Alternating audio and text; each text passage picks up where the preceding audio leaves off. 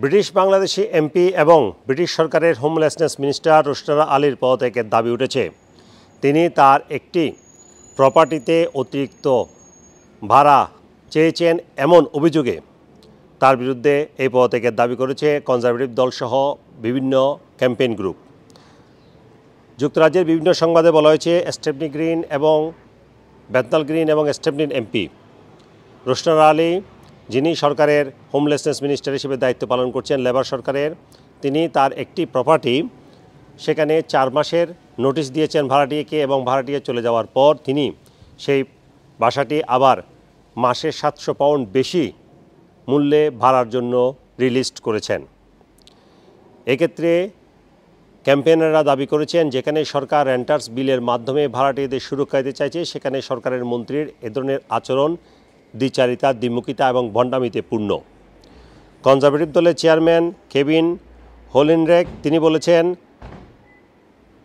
রোশনারা আলী দ্বিচারিতা করেছেন এবং এ অবস্থায় তার পদত্যাগ করা উচিত।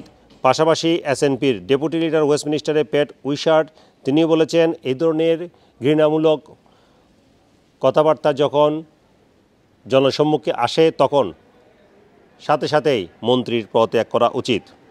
এছাড়া লন্ডন রেন্টার্স ইউনিয়নের স্পোকপারসন শেন স্মিথ তিনি বলেছেন রোশনারা আলীর এই কর্মকাণ্ড গ্রহণযোগ্য নয় এবং এটি কনফ্লিক্ট অফ ইন্টারেস্ট এবং তার পদত্যাগ করা উচিত।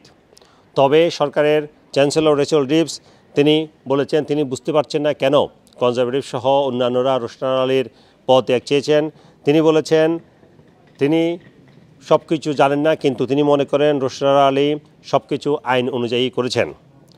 খবরে বলা হয়েছে একটি ফিক্সড টার্ম কন্ট্রাক্ট শেষ হওয়ার পর রোশনারা আলী তার ভাড়াটিয়াদেরকে 4 মাসের নোটিশ দিয়েছেন নভেম্বরে এবং সে সময় তিনি ওই প্রপার্টি বিক্রির জন্য বিভিন্ন মাধ্যমে দিয়েছিলেন, যেখানে প্রথমে 914,995 পাউন্ড চাওয়া হয়েছিল এই প্রপার্টির জন্য এবং পরবর্তীতে ফেব্রুয়ারি মাসে এবছর সেটি আরও 20,000 পাউন্ড কমিয়ে দেওয়া হয়।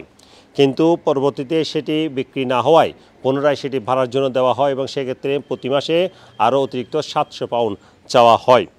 এই জন্যই মূলত যারা ক্যাম্পেইন গ্রুপ রয়েছে তারা রোশনারা আলীর পদত্যাগ দাবি করেছেন।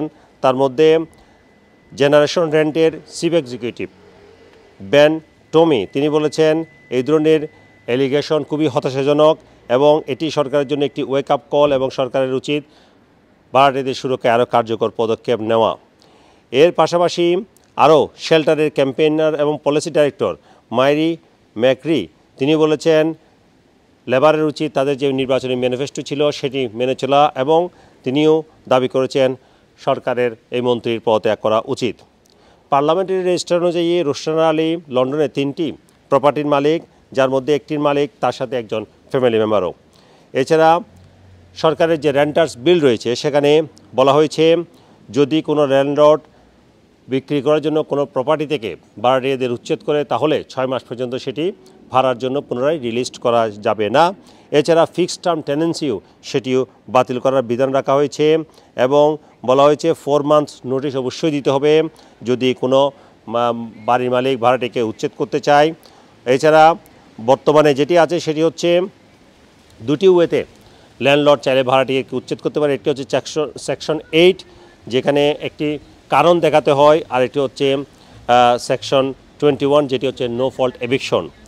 মিনিস্ট্রি অফ জাস্টিসের হিসাব অনুযায়ী এই বছর প্রথম 3 মাসে 7,353টি নো ফল্ট এভিকশন হয়েছে এবং যেটি বলা হচ্ছে এর আগের বছরের তুলনায় 6% কম।